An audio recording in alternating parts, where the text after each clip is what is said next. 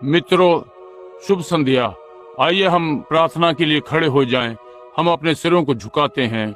हमारे स्वर्गीय पिता, जैसा कि हम इस सुंदर भजन को सुनते हैं, प्रभु हम सोच रहे हैं कि आप समीप हैं, और हम प्रार्थना करते हैं कि आज रात्रि हमें अपने बालकों की नाई स्वीकार करेंगे। प्रभु हमारे सारे पापों और अपराधों को क्षमा करेंगे और हमें अपनी आशीषें देंगे जैसे कि हम लोगों की आवश्यकता है। और इस महान घड़ी में जिसमें हम रह रहे हैं, हम प्रतिवर्ष देख रहे हैं कि संसार कैसे अंधकार और अंधकारमय होता जा रहा है, और प्रभु का आगमन चमकदार और चमकदार होता जा रहा है, जैसा कि वो स्वयं को व्यक्त करता है अपने वचन में और अपने प्रगटीकरण में। प्रभु हम आज रात्रि फिर आ रहे हैं इस सभा को करने के यत्न में और तुझसे प्रार्थना करने कि प्रभु हमारे लिए इस पुस्तक की तीसरी मोहर को खोल दें, कि ये हमें मालूम हो सके, कि हम जान जाएं कि हम क्या करें और कैसे जिएं और कैसे एक अच्छे मसीही बने। परमेश्वर, मैं प्रार्थना करता हूँ कि आप हर एक जो मसीही नहीं है, आज रात्रि इसको यह अनुभव कराएंगे कि उन्हें तेरी आवश्यकता है, इसे प्रदान करें। और स्वर्गीय परमेश्वर, मैं प्रार्थना करता हूँ कि प्रत्येक नया जन्म प्राप्त मसीही इस बात को अनुभव करेगा कि उसे पहले से अधिक समीप जीना चाहिए, ताकि हम मसीही प्रेम और विश्वास की एकता में हो जाएं। प्रदान करें कि हर बीमार व्यक्ति जो हमारे बीच में है आज रात्रि चंगा हो जाए। प्रभु वो तेरी आवश्यकता को अपने में अनुभव कर सके। और पिता, मैं प्रार्थना करता हूँ कि आप हर चीज को जो यहाँ की और कहीं जाए, आपके सम्मान और महिमा में आशीषित करेंगे। यीशु के नाम में हम इसे मांगते हैं, आमीन। अच्छा, आज रात्रि फिर से यहाँ एक साथ जमा हुए हैं, सप्ताह में बुधवार की रात्रि में। और आज रात्रि प्रभु हम विश्वास कर रहे हैं कि आपकी आशीषों के महान वर्षा पर, जो उसके वचन पर हो। हमेशा के समान मैं आज अध्ययन कर रहा था और बातों पर सोचने का यत्न कर रहा था कि कहने के लिए क्या अधिक उपयुक्त होगा, और बातें कि इसे कैसे कहें, और प्रभु पर निर्भर कर रहा कि मुझे इसका अनुवाद और अर्थ बताएं।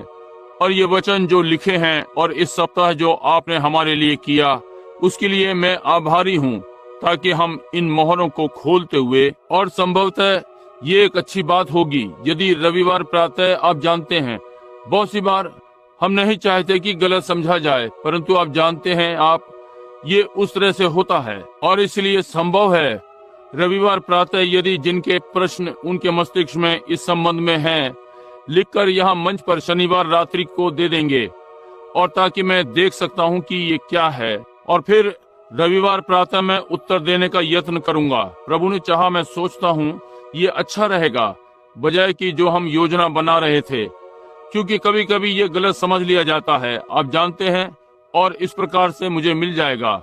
ये अधिक अच्छा रहेगा कि मैं इसे सीधे सीधे लूं। आप जानते हैं ये वैसा ही होगा जैसा होना चाहिए, क्योंकि कभी कभी अब आज किसी ने फोन करके कहा, जिसने फोन किया वो जानना चाहता था कि यदि ये सही था कि जब उठा लिया जाना होगा तो जेफरसन विले से एक और एक न्यूयॉर्क से, और बाकी वे सागर पार से होंगे।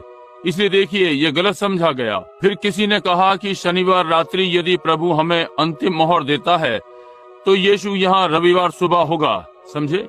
इसलिए ये एक आप देखिए, आप नहीं जानते, ये ऐसा नहीं है, और आप नहीं, ये नहीं है, हम नहीं जानते। यदि कोई आपको बताता है कि वे जानते हैं कि वो कब आ रहा है, आप जानिए वे आरंभ से ही गलत हैं, क्योंकि ये कोई नहीं जानता, परंतु हम जीना चाहते हैं आज जैसे कि ये अभी है। अब मैं 1 मिनट के लिए आपको एक प्रकार से घुमाना चाहता हूँ, इसलिए तैयार रहें।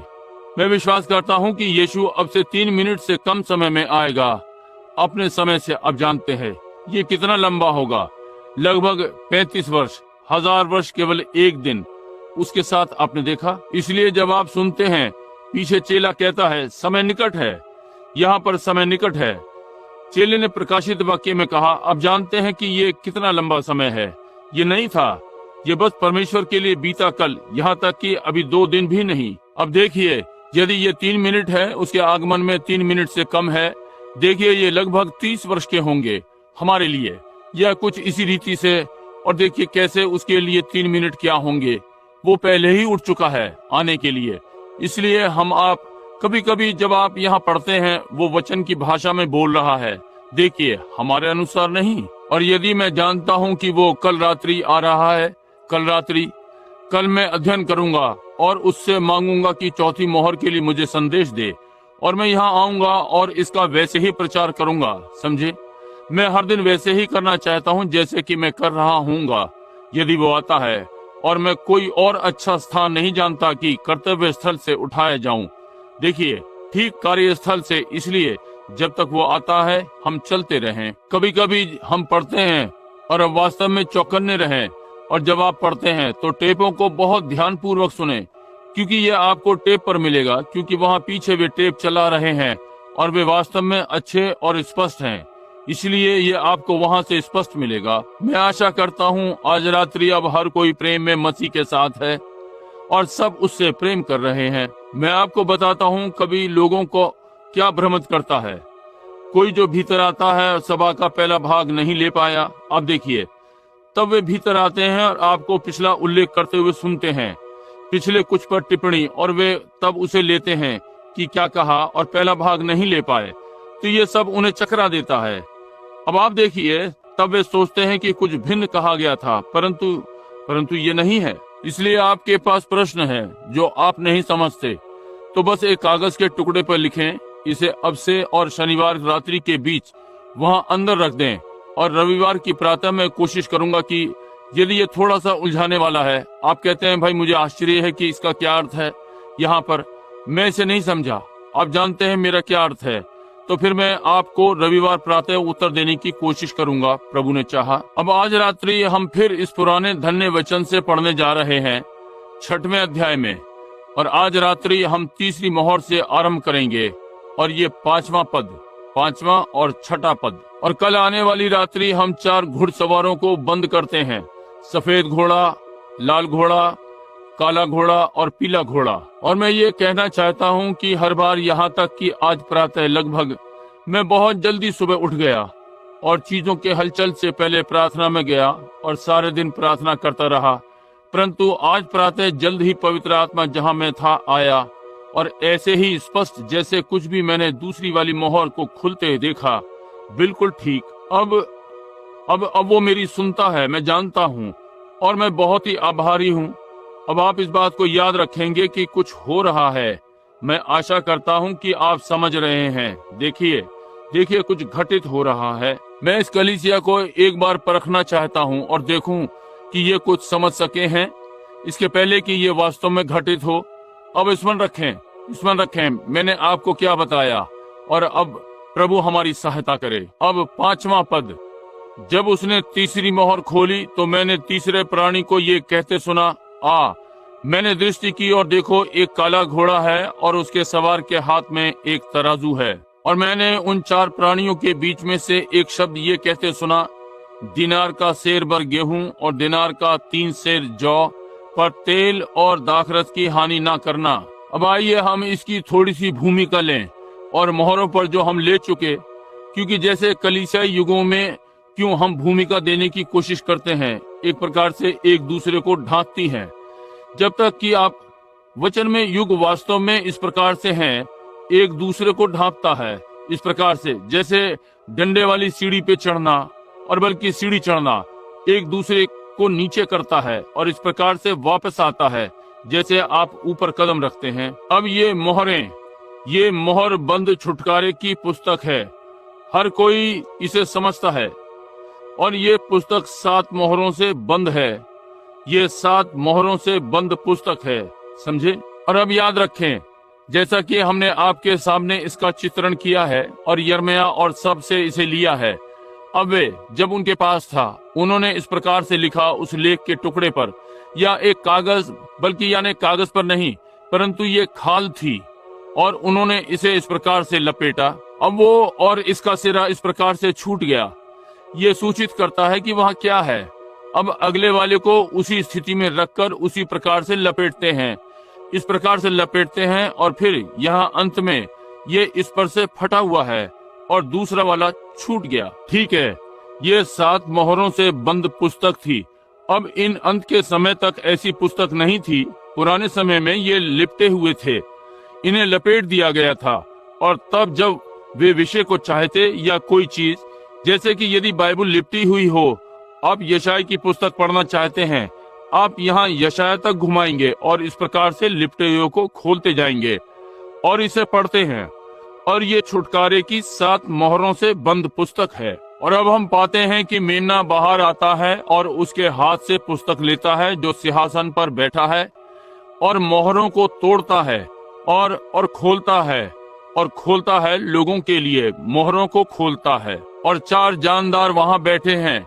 ये हमने कलीसियाई कालों में लिया है। वही 4 पशु, आप इन सब को वचन में से होते हुए देखते हैं।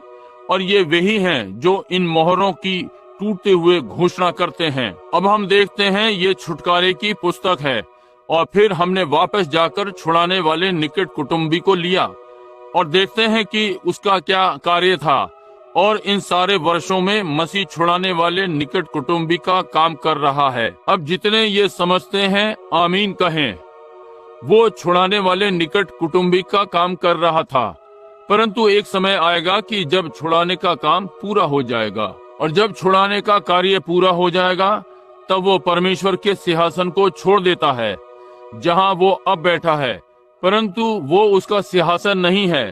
वो जो जय पाएगा मेरे साथ मेरे सिंहासन पर बैठेगा, जैसा मैं जय पाकर अपने पिता के सिंहासन पर बैठ गया। ये उसका सिंहासन नहीं है, वो आत्मा परमेश्वर से संबंधित है। मसीह, मेमना, ये उसका नहीं है।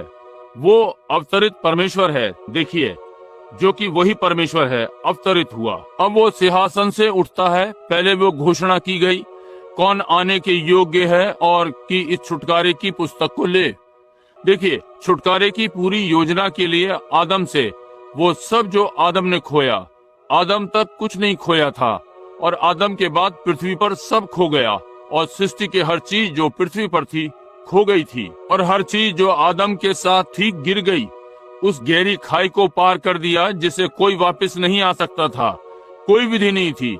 मनुष्य जब उसने पाप किया, उसने अपना मार्ग छोड़ दिया। उसने अपनी वापसी का मार्ग नहीं छोड़ा। जब ये प्रश्न पूछा गया, यूहन्ना प्रकाशन वाला, वो भविष्यद्वक्ता यूहन्ना दर्शन में था और ये देखा, और वहाँ स्वर्ग में कोई मनुष्य नहीं था, पृथ्वी पर कोई मनुष्य नहीं था, पृथ्वी के नीचे कोई मनुष्य नहीं था, या कोई भी यहाँ तक कि योग्य भी नहीं था कि इस पुस्तक की ओर देखे। समझे? अब जरा इस पर विचार करें। तब मेमना सामने आता है और वो पुस्तक लेता है। अब यूहन्ना से कहा गया था कि और ना रोए। उसने कहा, देखो, यहूदा का सिंह जयवंत हुआ है और वो पुस्तक ले सकता है और इसे खोलता है। इसलिए वो सिंह को देखने के लिए पीछे मुड़ा और उसने एक मेमना देखा। प्राचीन ने पुकार कर कहा, एक सिंह जयवंत हुआ है। परंतु जब वो आया और देखा, ये एक मेमना था, सिंहासन से बाहर आ रहा था। अब उसने इससे पहले कभी ध्यान नहीं दिया था। क्यों?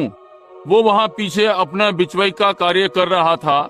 वो लोगों के लिए लहू बहा रहा था, लोगों के लिए बिचवाई कर रहा था, जब तक कि अंतिम प्राण जो कि मेमने के जीवन की पुस्तक में पृथ्वी के रचने से पहले था, अंदर आ जाए। अब वहाँ बहुत से होने जा रहे हैं और यही है, बस दूसरे वहाँ आना भी नहीं चाहते, उनकी वहाँ अंदर आने की इच्छा भी नहीं है। और इसलिए तब जब अंतिम प्राण अंदर आ जाता है, तब छुटकारे का समय समाप्त हो गया।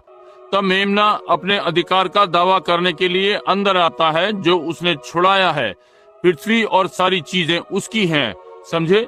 उसने इसे अपने ही लहू से छुड़ाया है। और जब वो इस पुस्तक को लेने आता है कि इसे खोले, क्यों मेरा वे, यूहन्ना फिर और नहीं रोया। और उसने देखा, ये मेमना एक घात किया हुआ मेमना था। ये पहले ही मारा जा चुका है, परंतु ये फिर से जी उठा था। और अब हम पाते हैं कि ये घात किया गया मेमना लहूलुहान मेमना है। सारा लहूलुहान ये घात किया गया है। इसके घात किए जाने के बाद ये फिर से जीवित हो उठा था। ये सिंहासन पर बैठा था। कहें कि सिंहासन में पीछे की ओर इस प्रकार से उन सब प्राणों के लिए बिचवाई कर रहा था जो आएंगे। तब जब अंतिम वाला यहाँ था और ये पूरा हो गया, परमेश्वर अब भी छुटकारे की पुस्तक को पकड़े हुए है, समझे? अब वो बस निकट कुटुंबी का कार्य कर रहा है। जैसे बोआज गया और रूथ बस बैठी हुई थी वहां, जब तक कि बोआज, मेरा अर्थ बोआज ने किया निकट कुटुंबी छुड़ाने वाले का काम। अधिक समय नहीं हुआ, आपको याद है मैंने प्रचार किया, रूथ सिला बीन रही है और रूथ उसने जो भी किया वे आगे, और अंतिम बात रूथ प्रतीक्षा कर रही है। याद है मैंने कैसे कलीसिया के प्रतीक में किया। जब बोआज निकट कुटुंबी छुड़ाने वाले का कार्य कर रहा है, उसने अपना जूता फेंका और एक गवाही दी और नियोमी को छुड़ा लिया और इससे होते हुए रूथ को छुड़ा लिया। अब इसलिए रूथ केवल प्रतीक्षा कर रही है क्योंकि वो परिश्रम कर चुकी है, उसने वो सारी चीजें कर ली हैं, परंतु अब वो प्रतीक्षा कर रही है। और तब जब कलीसिया प्रतीक्षा कर रही है, विश्राम कर रही है, उनमें से अधिकांश भूमि की मिट्टी में है, जबकि वो छुड़ाने वाले निकट कुटुंबी का कार्य कर रहा है। अब भी संसार बुरी दशा में होता जा रहा है और पाप, बीमारियां और परेशानियां और मृत्यु और दुख बढ़ते जा रहे हैं। पुरुष और स्त्रियां ईश्वर रहित मर रहे हैं, कैंसर उन्हें खा रहा है और सब बातें। जब वे उपयुक्त पर्याप्त विश्वास वहां पहुंचने के लिए नहीं ले सकते और उसको थामे रहें। अब ध्यान दें, परंतु तब इस सब के पूरा हो जाने के बाद, उसके बिचवाई के हो जाने के बाद वो सामने आता है, उसके हाथ से पुस्तक लेता है और तब यूहन्ना और स्वर्ग में सारी चीजें और वेदी के नीचे सारे प्राण चिल्लाना आरंभ कर देते हैं, हम इसे फिर से छठवीं मोहर में ले लेंगे। और कैसे आनंदित होते हैं और वे प्राचीन गिर पड़ते हैं और संतों की प्रार्थना उंडेल देते हैं और वेदी के नीचे के सारे प्राण चिल्ला पड़े, तू ही केवल योग्य है क्योंकि तूने हमें परमेश्वर के लिए छुड़ा लिया और हम पृथ्वी पर वापस जा रहे हैं कि राजाओं और याजकों का जीवन जिएं। ओ वहाँ एक महान था। और यूहन्ना ने कहा, हर चीज जो स्वर्ग में है, हर चीज जो पृथ्वी के नीचे है, हर चीज को इस विषय में परमेश्वर की महिमा करते सुना।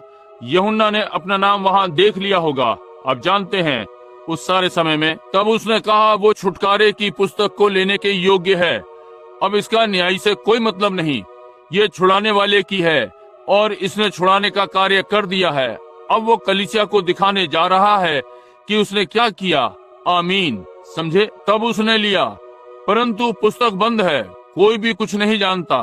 वे ये जानते हैं कि ये वहाँ छुटकारे की पुस्तक है, परंतु इसे अंत के दिनों में प्रकट होना है। प्रकाशित वाक्य 10 के अनुसार 7वां दूत इसका संदेश देने जा रहा है, क्योंकि ये कहा गया 7वीं कलीसिया के दूत के शब्द देने के दिनों में परमेश्वर के सारे भेद उसकी आवाज के साथ समाप्त हो जाएंगे। तब इसके प्रकट होने के पश्चात स्वर्गदूत स्वर्ग से उतर कर आया, जो कि मसीह था। अब इसमें रखें, ये दूत यहाँ पृथ्वी पर है, एक संदेशवाहक। मसीह नीचे उतर कर आता है। आप इसे प्रकाशित वाक्य के 10वें अध्याय में देखते हैं। एक पांव पृथ्वी पर, दूसरा समुद्र पर रखा, मेघ धनुष उसके सिर पर है, आंखें जैसे और पांव आग के समान और आदि आदि, और अपना हाथ उठाकर अपनी शपथ खाता है, जो सदा सदा जीवित है, सिंहासन पर है। अब तो समय और ना होगा। और जब उसने ये शपथ खाई, 7 गर्जनों ने अपनी आवाज दी और लेखक जो यूहन्ना जब ऊपर उठा लिया गया तो उसने देखा लिखना था। उसने ये लिखना आरंभ किया। उसने कहा, इसे मत लिख, क्योंकि ये ना लिख। ये एक, उसने कहा, इसे बंद कर दे। इसमें क्या है? इसे मोहर बंद कर दे, इसे मत बोल। देखिए, इसे प्रकाशित होना है, परंतु ये यहाँ तक कि शब्द भी नहीं लिखा है। और तब जब वे मोहरों को खोलने लगा, हम पाते हैं ये सब एक समस्या है, समझे। जब उसने पहली मोहर खोली, उसने सोचा अब ये यहाँ करने जा रहा है और ये आएगा, अमुक अमुक सिंहासन को लेगा और इसे करेगा और वो करेगा। परंतु जब ये था, यहाँ वो चला गया, एक सफेद घोड़ा दौड़ता हुआ और उस पर एक घुड़सवार है, ठीक है। उसके हाथ में एक धनुष था और उसे थोड़ी देर के बाद एक ताज दिया गया। उसने कहा, बस। और मेमना फिर से घूमा और दूसरी मोहर खोली और यहाँ एक काला गया, एक लाल घुड़सवार, और उसके पास एक तलवार दी गई और वो एक युद्ध करने जा रहा है और बड़ी सामर्थ्य दी गई और शांति को पृथ्वी पर से उठा ले और एक दूसरे का वध करें। वो एक प्रकार का अब भी एक भेद भरी बात है, क्या ये नहीं है? जब इसने इसे खोला और तब बढ़ता रहा और कहा, उस दिन इन गर्जनों के थोड़ा सा पहले यहाँ सारे भेद प्रकट कर दिए जाएंगे। अब देखिए, तब हम पाते हैं, जैसा कि हम इन युगों में अध्ययन करते आ रहे हैं, हमारे पास सुधारक थे, न कि भविष्यद्वक्ता। सुधारक, और प्रत्येक कार्यस्थल अपना ही करता है, अपना ही कार्य। जैसा कि एक मनुष्य जो कि टेलीफोन को चलाने वाला होता है, सही में वो बिजली का कार्य करने वाला नहीं है। वो इसमें छोटा मोटा कार्य कर सकता है। और जैसे कि वो लाइनमैन है, भाई निश्चय ही वो एक व्यक्ति खंबे का खड्डा खोदने वाला, और उसने कभी लाइन का काम नहीं किया है, तो अच्छा है वो इससे अलग रहे। परंतु वो थोड़ा सा जोड़ तोड़ का कार्य कर सकता है, या ऐसे ही कुछ। परंतु जब वास्तविक चीज अंत के दिन में प्रकट की जाने वाली है, कलीसिया का अंतिम भाग, जबकि उसने कहा कि वो हमारे पास वचन के अनुसार भेजेगा, और हमने इसे पूरी रीति से खोज लिया है कि उसने एलिया के आत्मा की भविष्यवाणी की है कि वो किसी व्यक्ति में वापस आएगा। अब मैं सोचता हूँ ये स्पष्ट हो गया है, और हम उसके घटित होने की राह देख रहे हैं। कहीं एक अभिषिक्त व्यक्ति इन अंत के दिनों में खड़ा होना है। अब आप बहुत से हठ धर्मिता और बहुत सी बातें सुनेंगे, परंतु ये केवल कोशिश की। ये शैतान है जो कि वास्तविकता से हटा दे जबकि वो यहाँ आए। परंतु ये सही में प्रमाणित होगा। आप जानते हैं एलिया कौन था, और उस पर ध्यान करें और आप जान जाएंगे। और तब जब वो अब चुने हुए जान लेंगे, ना कि दूसरे निश्चय ही नहीं करेंगे, वे इसमें चूक जाएंगे लाखों मील से। जैसे हम इस सब में से होकर निकले हैं और दिखा दिया कि वे कैसे यूहन्ना से चूक गए, कैसे वे एलिया से चूक गए, कैसे वे यीशु से चूक गए, कैसे वे सब पर चूकते रहे। और वे वही करेंगे क्योंकि बाइबल ने कहा वे होंगे, समझे। इसलिए तब उस समय में ये बहुत ही नम्र होगा, ये बहुत ही सादा होगा, ये होगा जिससे लोग इससे दूर हो जाएंगे, और ये उनके लिए बहुत ही साधारण होगा।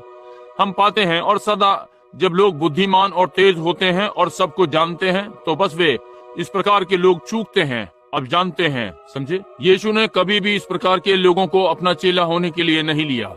उसने अनपढ़ों, मछुआरों को लिया। कोई भी उनकी कलीसियाओं और चीजों से नहीं था।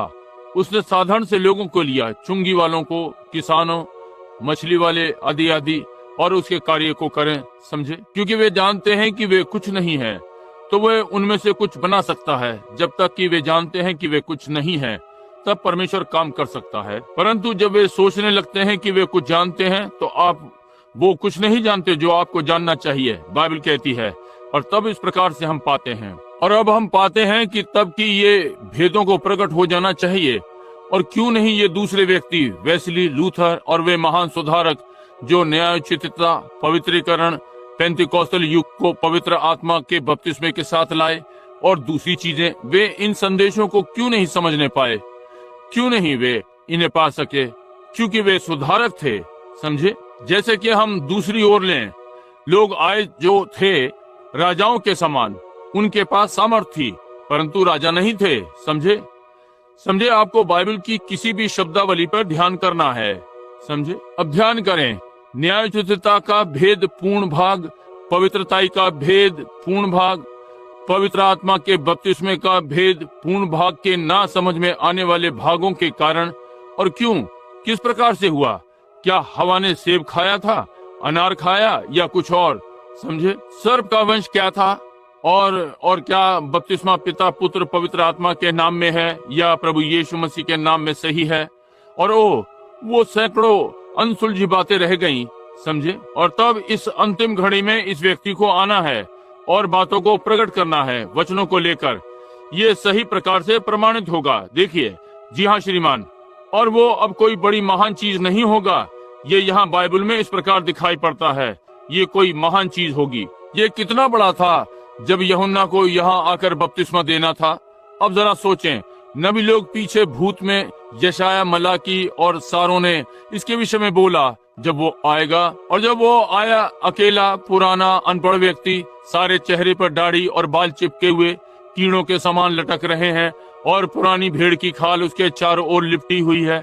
बिल्कुल भी शिक्षित नहीं, कभी जीवन भर एक दिन के लिए भी पाठशाला नहीं गया, यहाँ तक कि हम जानते हैं, समझे। और यहाँ वो जंगल से निकल कर आता है, यहाँ तक कि प्रचार मंच पर स्वागत तक नहीं हुआ। वहाँ यर्दन नदी पर खड़ा हुआ है और लोगों को प्रायश्चित करने के लिए बुला रहा है। क्या आप कल्पना कर सकते हैं? बाइबल ने कहा उस दिन हर चीज इतनी महान होगी यहाँ तक कि ऊंचे स्थान नीचे न कर दिए जाएं और सारे नीचे स्थान ऊंचे किए जाएं। जी हाँ श्रीमान, और सारे उबड़ खाबड़ स्थान समतल किए जाएंगे। क्यों, मैं कल्पना करते हुए उन्हें देख सकता हूँ। सोचें, यूहन्ना बाहर आएगा या मसीह के आगे चलने वाला महान और सारे रेगिस्तान को लेकर बराबर कर देता है और उसमें फिर से घास लगा देता है, समझे। और मैं कल्पना करता हूँ उन्होंने सब तय कर दिया था जैसे कि इस बारे में आज है। परंतु वो इतना नम्र था, यहाँ तक कि चेले भी चूक गए। उन्होंने कहा, तो फिर शास्त्र क्यों कहता है, यदि तू तो वहाँ बलिदान होने गया, तो फिर शास्त्र क्यों कहता है कि एलिया को पहले आना है। उसने कहा, वो तो पहले ही आ चुका और तुमने ये नहीं जाना, और मनुष्य का पुत्र वे वही चीज फिर करेंगे। परंतु यूहन्ना, उसने कहा, उसके साथ वही किया गया था जो करने के लिए ठहराया गया, और उन्होंने उसके साथ वही किया जो करना ठहराया था, और कहा, इसी प्रकार मनुष्य का पुत्र दुख उठाएगा। क्यों, मेरा अनुमान है वहाँ सारे यहूदी जाति में से 1/3 ने भी कभी नहीं जाना कि यीशु मसीह पृथ्वी पर था। नहीं, उन्होंने कुछ ऐसा ही सुना कि कोई कट्टरवादी वहीं कहीं है, परंतु उन्होंने इस पर ध्यान नहीं दिया, बस चलता रहा। वो अपनों के पास आया और उसके अपनों ने उसे ग्रहण नहीं किया। अब यही जहाँ मैं विश्वास करता हूँ, यहाँ तक कि अब इसने ये नहीं कहा कि वो चुपके से आएगा, परंतु उठा लिया जाना चुपके से होगा।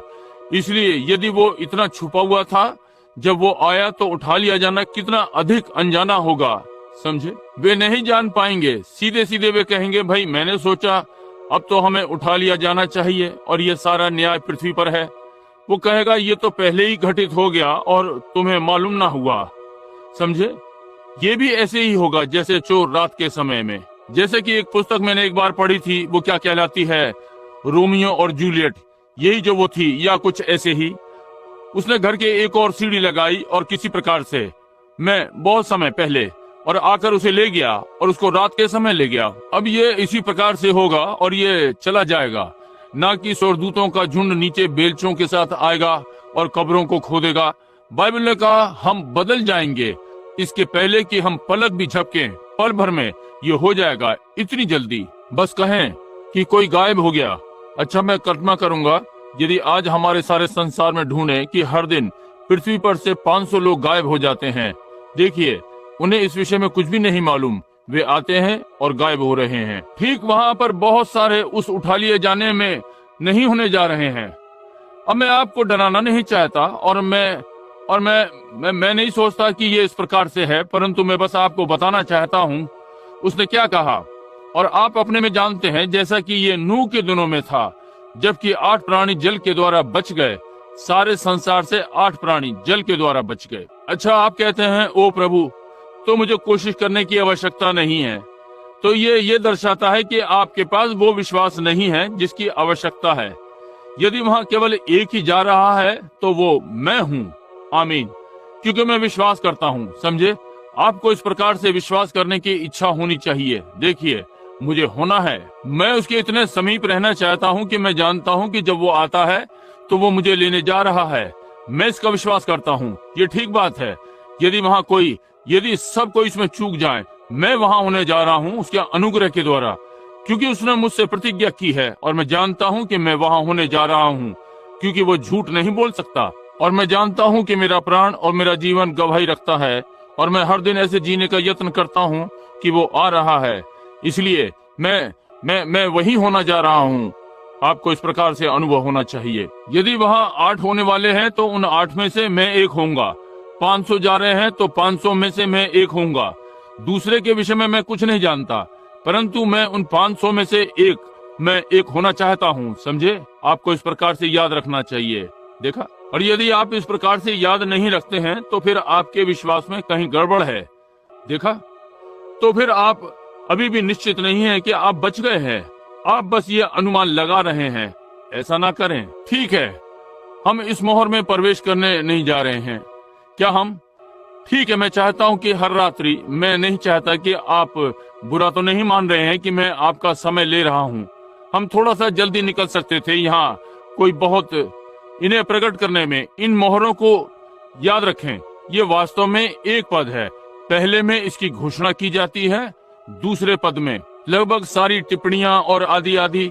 इसको पढ़ते हुए या उनके विचार पढ़ते हुए, और मैंने सदा उन सब के समान विश्वास किया जो उन्होंने किया कि पहला घुड़सवार पहली कलीसिया थी। परंतु जब पवित्र आत्मा ने यह प्रकट किया तो ये इसके बिल्कुल विपरीत था, और इसलिए ये तब कुल मिलाकर ये दिखाता है कि ये क्या है। और तब मैंने कोशिश की। अब ये मेरे लिए बहुत ही पवित्र है। यही कारण है कि बजाय मैं इन प्रश्नों के उत्तर दूं और इसे लूं, हर कोई इसे स्पष्ट जानता है, और टेपों पर भी, कि वे अब इसे समझ जाएंगे। समझे? मैंने थोड़ी देर इस पर बोलने की कोशिश की रात्रि में कि इसकी भूमिका पर लोगों को लाऊं। हड़बड़ और धक्का मुक्की, और आपको ये नहीं करना चाहिए, समझे? परंतु जब ये होता है, ये मनुष्य है और ये यहाँ पर गर्म है, और आप लोग बेचैन हैं, परंतु आप लोग बहुत ही अच्छे हैं। सबसे अच्छा जो मैंने कभी देखा, लोगों का व्यवहार इस कलीसिया में जो इस सभा में रहे हैं और शांत बैठे रहे। माएं अपने बालकों को जब कभी भी वो रोए नर्सरी में ले गए, और हर चीज बहुत ही बढ़िया।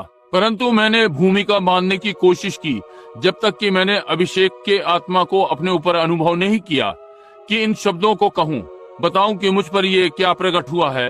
और तब यदि मैं ये कहीं पर कर रहा हूं, यदि मैंने यहाँ पर गलती की, निश्चय ही यहाँ सब लोगों के सामने वो मुझे इसके लिए सही करेगा। मैं ये चाहता हूं कि ये मैं इसे ठीक चाहता हूं। कोई आवश्यकता नहीं कि जो आप कल्पना करते हैं वो लें। कुछ तो सही है, और मैं वो चाहता हूं। हम चाहते हैं परमेश्वर हमें वो दे जो सही है। इसलिए अब हम इन घुड़सवारों को लेंगे जैसे जैसे ये आते हैं। अब पहला घोड़ा, और हम अनुभव करते हैं कि ये मसीह विरोधी था जो आगे बढ़ा, और तब बीती रात्रि हमने पाया कि वो वही व्यक्ति जो मसीह विरोधी के समान आगे बढ़ा, एक सफेद घोड़े के समान। बीती रात्रि हम उसे तलवार के साथ पाते हैं, सवारी करते हुए लोगों को मार रहा है। अब वहाँ सदा स्वाभाविक और आत्मिक है, और कलीसिया के लिए मैं प्रतिछाया में चाहता हूँ, इसके पहले कि हम इस मोहर के खोलने में जाएं जो कि उसने मुझे दिया। मैंने इसे यहाँ पर लिख लिया है। यहाँ मेरे पास बहुत से पवित्र लेख हैं, इसके साथ ये 8 पन्ने, और जैसा कि मैंने इसका उल्लेख किया, ध्यान दें, मैं कलीसिया की एक प्रतिछाया देना चाहता हूँ, और इसको इतना स्पष्ट कर दूं कि आपको ये दिखाई पड़ेगा। समझे? अब अदन की वाटिका में एक स्वाभाविक दुल्हन थी। पिछली रात्रि याद है? वो स्वाभाविक दुल्हन आदम की प्रिय थी, अभी तक उसकी पत्नी नहीं थी, क्योंकि उसने उसे अभी तक पत्नी करके नहीं जाना था। जैसे कि मरियम यूसुफ की पत्नी थी, परंतु उसने उसे अभी तक नहीं जाना। वो एक बालक के साथ पाई गई। समझे? अब इसके पहले कि आदम अपनी पत्नी को जानता, वो बस उसकी दुल्हन थी। ठीक है। और हम पाते हैं कि परमेश्वर वो अदन की वाटिका में गिर गई क्योंकि वो परमेश्वर के वचन को थामे रहने में असफल रही। अब वो जानता था कि शैतान उनके बीच में छोड़ा जाएगा, इसलिए उसने उन्हें एक स्थान दिया कि उसके पीछे रहें, उन्हें सुरक्षित किया। भाई, कौन सबसे अच्छा स्थान जान सकता है कि सुरक्षित रहे सिवाय परमेश्वर के, यदि वो अपने ही बालकों की रक्षा करने का यत्न करता है। यदि मैं अपने छोटे जोसेफ का ध्यान रखना चाहूँ, अच्छा है भाई, हर चीज, और मुझे मालूम है कि इसका जीवन इस पर निर्भर करता है। क्यों? मैं चाहूंगा कि मैं इसे करने के योग्य था।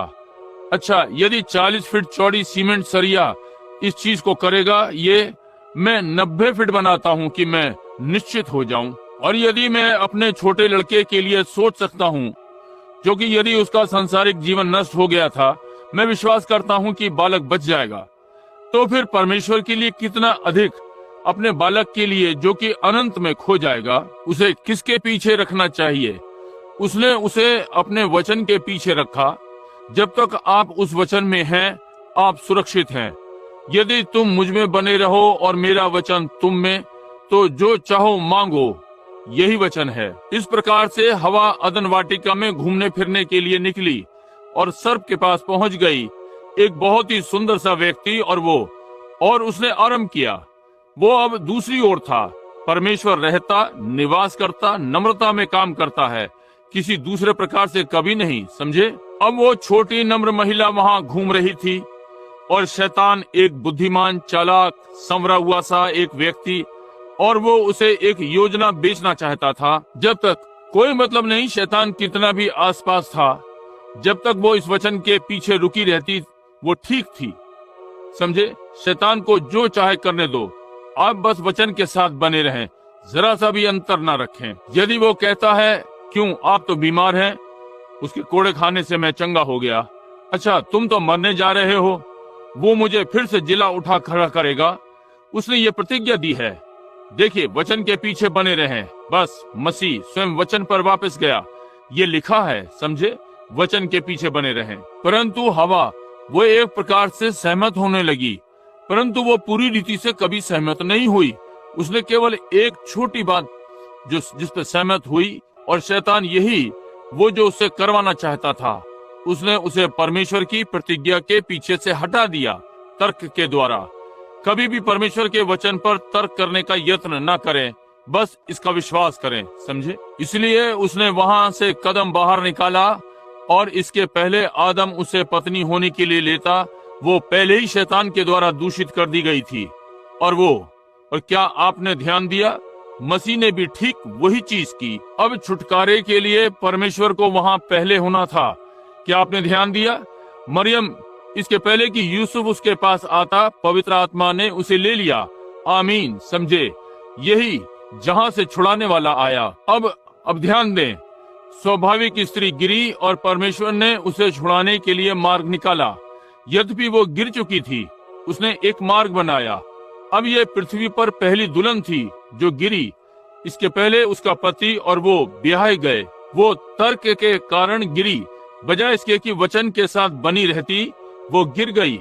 वो मृत्यु के लिए गिरी, अनंत अलगाव। अपने साथ उसने अपने पति को भी लिया, और हर चीज जो वहां पृथ्वी पर थी वो गिरी। अब परंतु परमेश्वर अनुग्रह से भरा, उसने उस स्त्री को छुड़ाने के लिए मार्ग निकाला, और अब उसने उसे प्रतिज्ञा दी। उसे बताया कि किसी समय भविष्य में सच्चा वचन उसके पास फिर से आएगा, सत्य का वचन उस पर प्रकट किया जाएगा। अब इसे स्मरण रखें, क्योंकि उसने मसीह की प्रतिज्ञा दी एक स्त्री से होते हुए, और मसीह वचन है। संत यूहन्ना 1, आदि में वचन था, वचन परमेश्वर के साथ था, और वचन परमेश्वर था, और वचन देहधारी हो गया, देखा, और हमारे साथ रहा।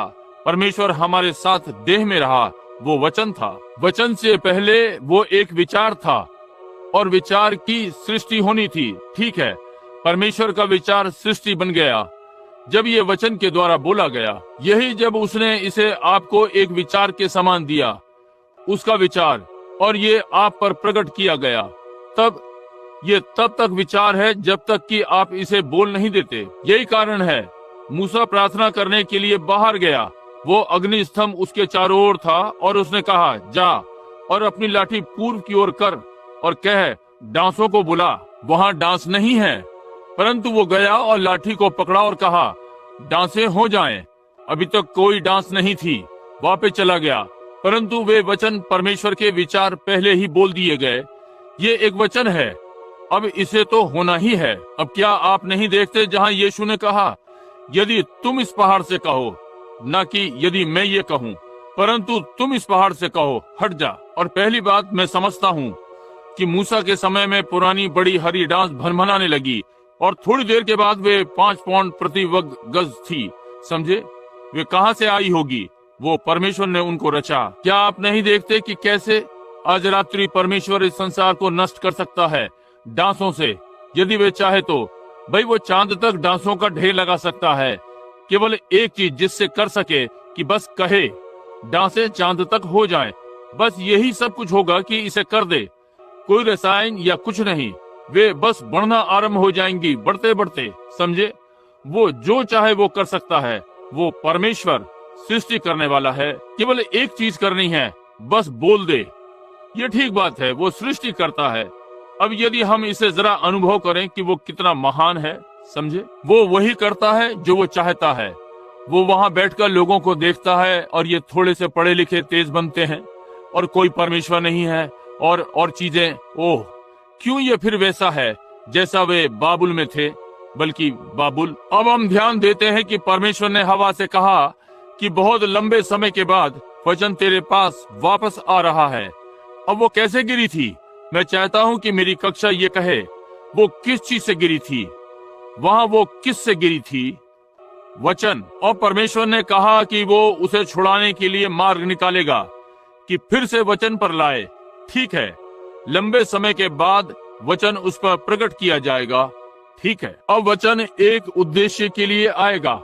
अब इसे कसकर पकड़ें, मैं क्या कह रहा हूँ। वचन उसके पास एक उद्देश्य के लिए आएगा, वो उसके छुटकारे के लिए था।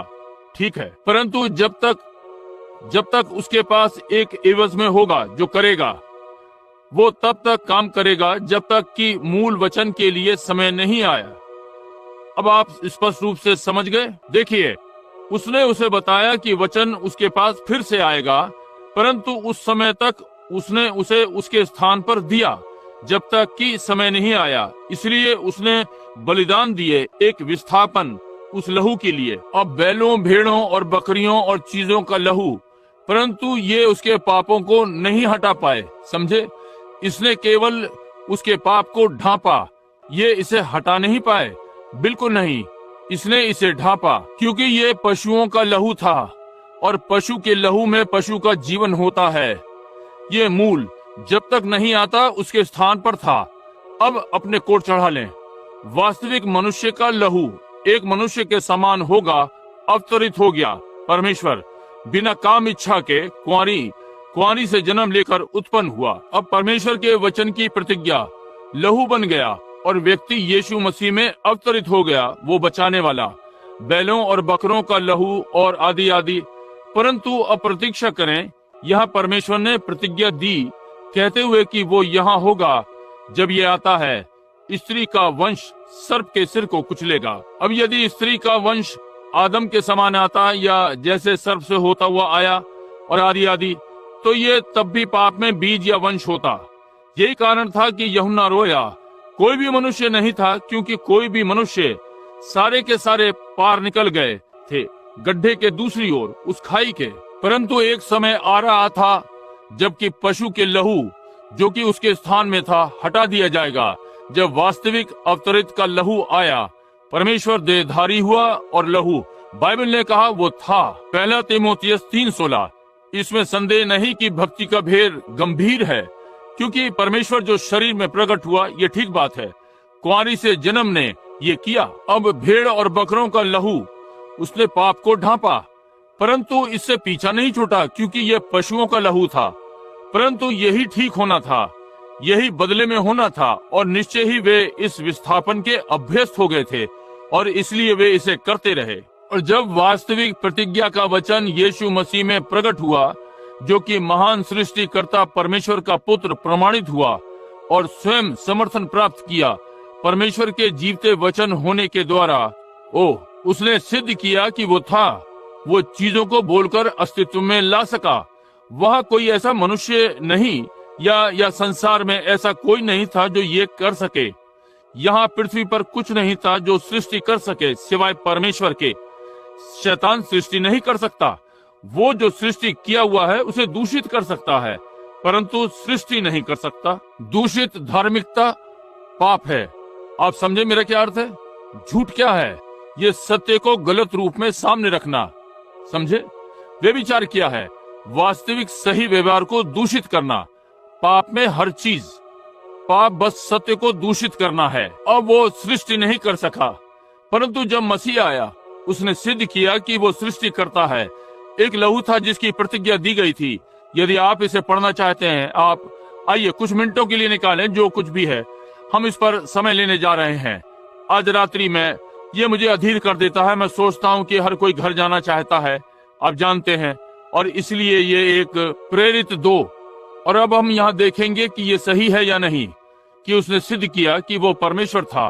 ठीक है, प्रेरितों के 2 का निकालें। अब हम यहाँ पर 22वां पद लेंगे। पतरस पेंतुकुस्त पर बोल रहा है, हे इजराइलियों, ये बातें सुनो।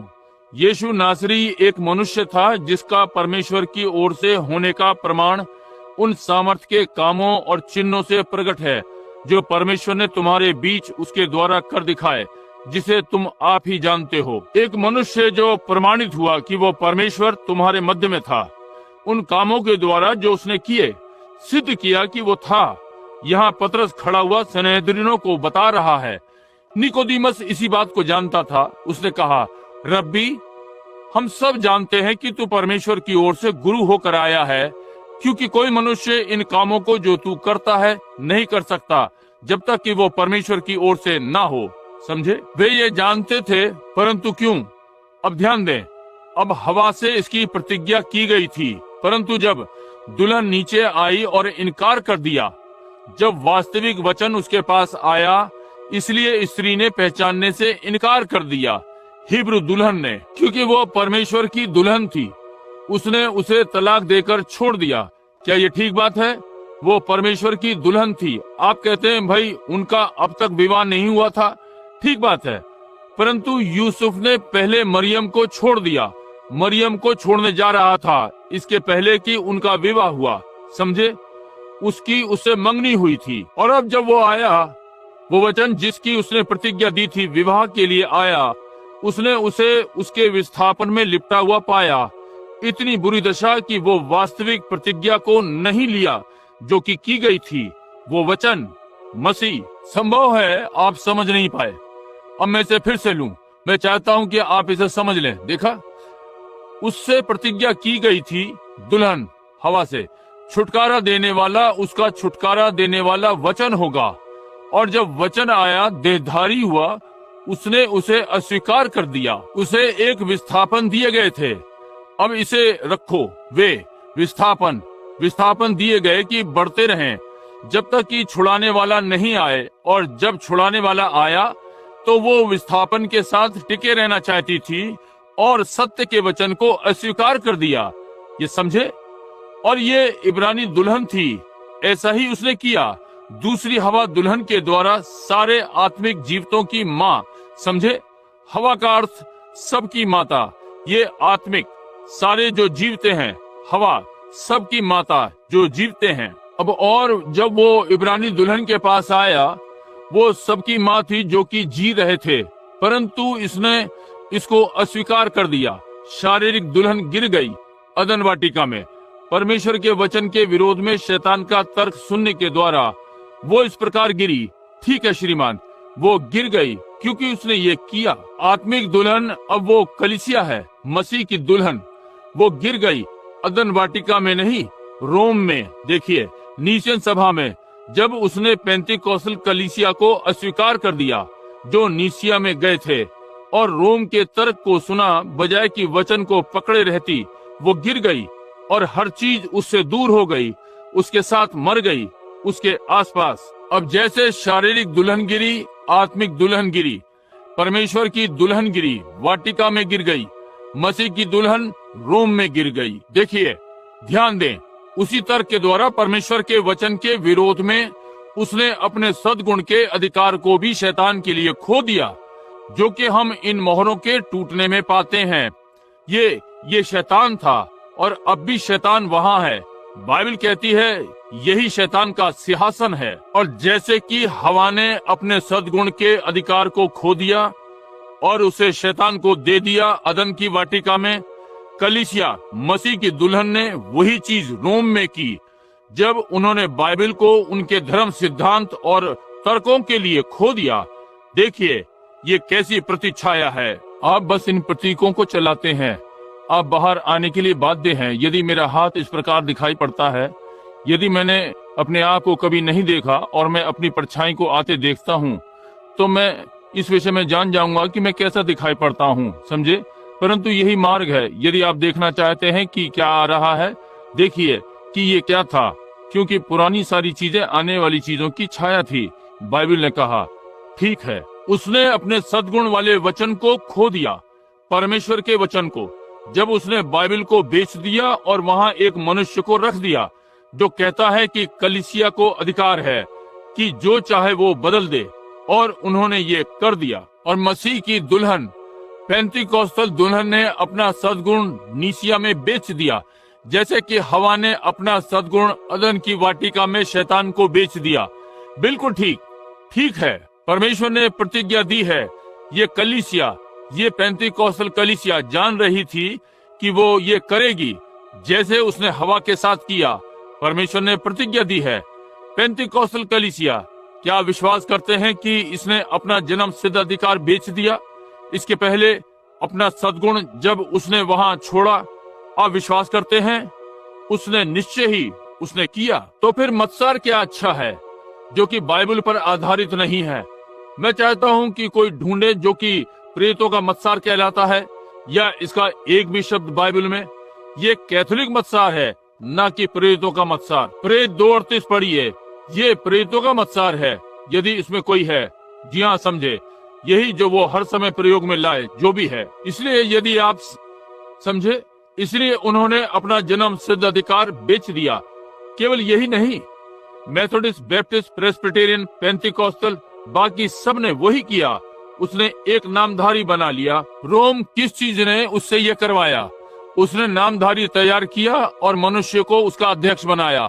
और मेथोडिस्ट, बैप्टिस्ट, पेंटिकॉस्टलों सब ने वही काम किया, मनुष्य के झुंड को उनके ऊपर रख दिया। कोई मतलब नहीं परमेश्वर क्या कहता है, वे आपको वैसा ही करना है जैसा वे करने को कहते हैं। अच्छा, ये क्या है? संसार में ये और कुछ नहीं सिवाय आत्मिक व्यभिचार के, गलत प्रकार की स्त्री। जी हाँ श्रीमान, मत्सर, झूठे मत्सर मनुष्य द्वारा बनाए गए। तब वो हो गई जब उसने ये किया। अब मैं इसे सिद्ध करूंगा कि परमेश्वर के लिए वो व्यभिचारिणी हो गई। क्या विश्वास करते हैं कि बाइबल ये कहती है?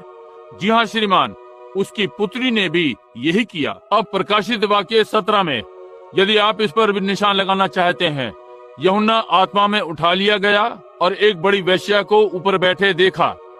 और हमने इसे बीती रात्रि पढ़ा था। और वहां पर 7 पहाड़ हैं, और ठीक जो इसने किया था, और इसने संसार को अपनी गंदगी वाला व्यभिचार दिया था। क्या ये ठीक बात है? और पृथ्वी के सारे राजाओं ने उसके साथ व्यभिचार किया, धोखा और चोरी और झूठ और प्रायश्चित के लिए भुगतान और नवीनों और बहुत सारी चीजें। अच्छा, अब याद रखें उसके पास पुत्रियां हैं। अच्छा, यदि वो संस्था तंत्र की अधीनता में एक देह हो गई तो फिर सारा तंत्र गलत है। और यदि हवा परमेश्वर का आज्ञा पालन नहीं कर रही है, हर चीज को मृत्यु में डाल रही है जो उसकी अधीनता में है, और हर कलीसिया जो संस्थागत हो गई तो उसकी अधीनता में हर चीज मृत्यु में चली गई। सही में हर चीज चली गई थी, ये बिल्कुल ठीक यहाँ वचन के अनुसार है। प्रकाशित वाक्य 17 पढ़ें, और बाइबल ने कहा वो करेगा, उसे आग से जलाएगा और उसके सारे बच्चों को उसके साथ। ये ठीक बात है। इसका अर्थ है सारे संस्थागत तंत्र जलाए जाएंगे उस व्यभिचारिणी के साथ। अब ये बात सीधी साफ है, और मैं जानता हूँ आप इसे सुनेंगे, और मैं इसे सुनाना चाहता हूँ। और मैं ये ठीक बात है, यद्यपि बाइबल ने कहा है, इसलिए ये ठीक बात है। वो एक व्यभिचारिणी हो गई। आप इसे प्रकाशित वाक्य में पढ़ सकते हैं, 17वां अध्याय। स्त्री, उसने क्या किया? उसने व्यभिचार किया अपने ही पति के विरुद्ध। ठीक है, आप कहते हैं नहीं, ये तो बाइबल है, वचन परमेश्वर है। और आप एक बात को लेते हैं, क्या आप चाहेंगे कि आपकी पत्नी किसी और पुरुष को चूमे?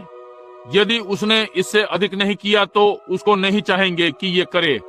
वो अपनी अपवित्रताई को सिद्ध करेगी। जो कोई भी इसमें से एक भी शब्द निकालेगा या इसमें मिलाएगा, हालेलुया, मसीह अपनी पत्नी को वचन के साथ शुद्ध चाहता है। इसको इसी प्रकार होना चाहिए, क्योंकि कुछ नहीं, एक भी बिंदु नहीं, या एक छोटा या कोई भी चीज या शीर्षक उस व्यवस्था से टलेगा, या इस पुस्तक, जब तक कि ये पूरा ना हो। यीशु ने कहा, स्वर्ग और पृथ्वी दोनों टल जाएंगे, परंतु मेरा वचन कभी नहीं टलेगा। इसका कोई निजी अनुवाद ना करें। वो शुद्ध बिना मिलावट का चाहता है, यहाँ तक कि कोई उपहास भी नहीं। मैं नहीं चाहूंगा कि मेरी पत्नी किसी दूसरे पुरुष के साथ चुहलबाजी करे। और जब आप किसी प्रकार का तर्क सुनने को जाते हैं, इसके आगे जो आप सुन रहे हैं, तो आप शैतान के साथ चोंचलेबाजी कर रहे हैं। आमीन।